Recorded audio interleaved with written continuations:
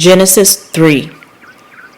Now the serpent was more subtle than any beast of the field which the Lord God had made. And he said unto the woman, Yea, hath God said, Ye shall not eat of every tree of the garden? And the woman said unto the serpent, We may eat of the fruit of the trees of the garden.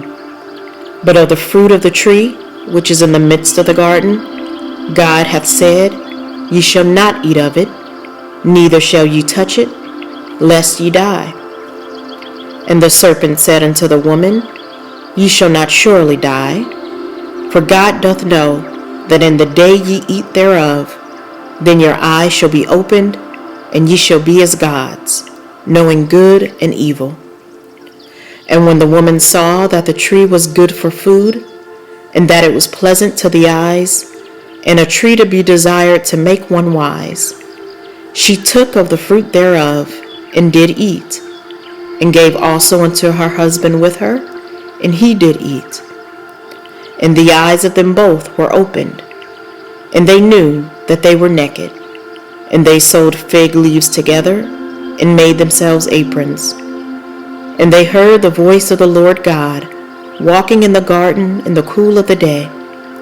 And Adam and his wife hid themselves from the presence of the Lord God amongst the trees of the garden. And the Lord God called unto Adam, and said unto him, Where art thou? And he said, I heard thy voice in the garden, and I was afraid, because I was naked, and I hid myself. And he said, Who told thee that thou wast naked? Hast thou eaten of the tree whereof I commanded thee that thou should not eat? And the man said, The woman whom thou gavest to be with me, she gave me of the tree, and I did eat. And the Lord God said unto the woman, What is this that thou hast done? And the woman said, The serpent beguiled me, and I did eat.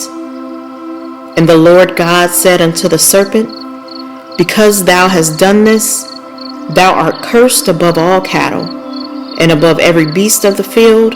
Upon thy belly shalt thou go, and dust shalt thou eat all the days of thy life.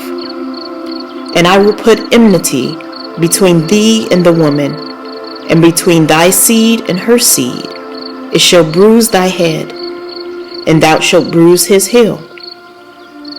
And the woman, he said, I will greatly multiply thy sorrow, and thy conception. In sorrow thou shalt bring forth children, and thy desire shall be to thy husband, and he shall rule over thee. And unto Adam he said, Because thou hast hearkened unto the voice of thy wife, and hast eaten of the tree, of which I commanded thee, saying, Thou shalt not eat of it. Cursed is the ground for thy sake. In sorrow shalt thou eat of it all the days of thy life. Thorns also and thistles shall it bring forth to thee, and thou shalt eat the herb of the field. In the sweat of thy face shalt thou eat bread, till thou return unto the ground. For out of it wast thou taken, for dust thou art, and unto dust shalt thou return. And Adam called his wife's name Eve, because she was the mother of all living. Unto Adam also, and to his wife, did the Lord God make coats of skins, and clothe them. And the Lord God said, Behold, the man is become as one of us, to know good and evil. And now, lest he put forth his hand, and take also of the tree of life, and eat, and live forever.